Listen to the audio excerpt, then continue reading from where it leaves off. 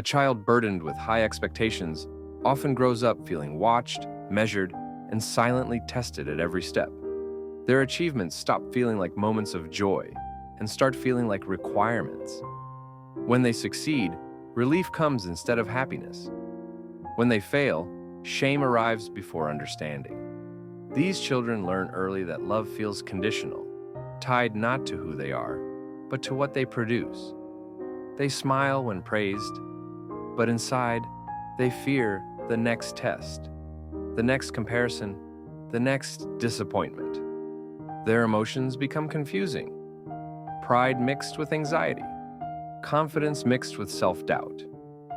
Many struggle to express fear or exhaustion because they believe being smart means being strong all the time. They may hide tears, suppress anger, and replace play with perfection. Over time, they begin to equate rest with laziness and mistakes with worthlessness. Even joy becomes fragile because it can vanish the moment expectations rise again. These children don't feel free to explore who they are. Instead, they feel locked into who they are expected to become. And the most painful part is this: they often don't know how to ask for help because they've been praised for not needing it. As these children grow, the pressure inside them starts leaking out in ways adults often misunderstand. Some become overly obedient, perfectionistic, and afraid to speak up. They follow rules not out of respect, but out of fear. Fear of disappointing teachers, parents, and even themselves. Others rebel quietly. Procrastination, sudden drops in performance, or emotional withdrawal. Adults may label them lazy, moody, or unmotivated, not realizing these behaviors are survival responses. Anxiety becomes common. Racing thoughts, insomnia, panic before exams, or constant self-criticism. Some children develop people-pleasing tendencies, saying yes to everything, afraid that boundaries will cost them approval. Others shut down emotionally, becoming distant or numb, because feeling too much hurts too deeply. Social relationships suffer as well. These children may feel isolated from peers, either because they're put on a pedestal or because they struggle to relate beyond achievements. Play becomes stressful. Competition becomes personal. Failure becomes terrifying. Over time, the child may start believing that their value lies solely in intelligence or success, not kindness, creativity, or effort. This belief follows them into adolescence, where burnout, depression, or identity confusion often appear. What adults see as wasted potential is often a child who is exhausted from carrying dreams that were never truly theirs to begin with. On the other side are the adults, parents, teachers, mentors, many of whom act from love, fear, or their own unresolved pasts. They see a gifted child and imagine opportunity, security, and a future free from struggle. Some project their unfulfilled dreams, hoping the child will succeed where they could not.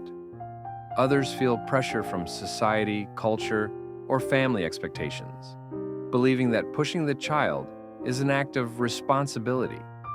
These adults often feel pride, excitement, and hope, but also deep anxiety. They worry. What if I don't push enough? What if they waste their talent? What if I fail them as a parent?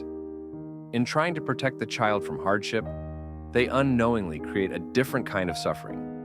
Many adults don't intend to harm. They simply don't recognize the emotional cost of constant expectation.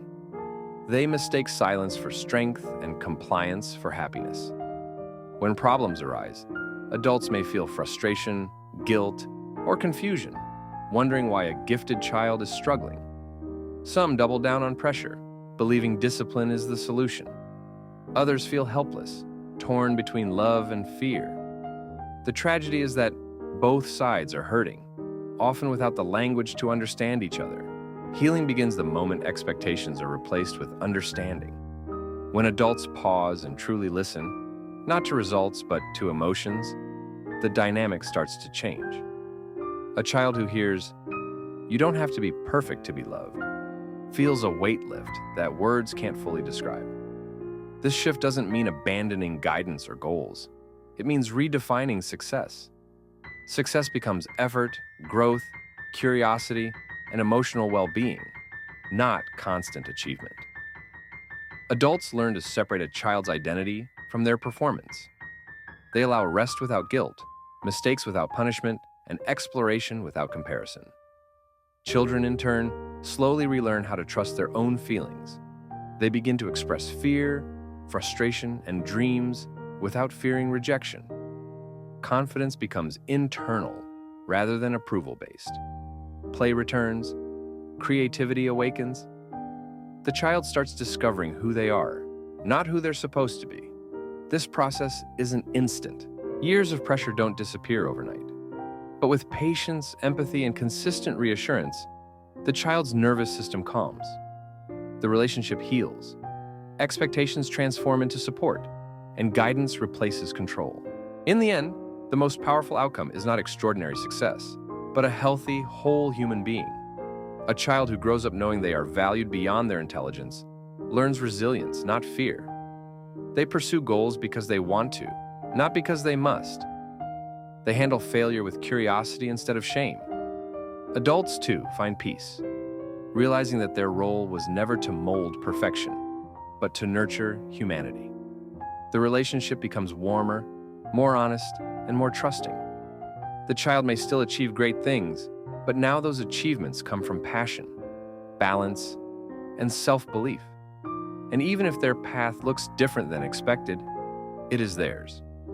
This ending satisfies because it restores what pressure once stole: joy, connection, and emotional safety. It reminds us that potential is not fragile. Children are. When we protect their hearts as much as their futures, we give them something far more valuable than success: the freedom to become themselves.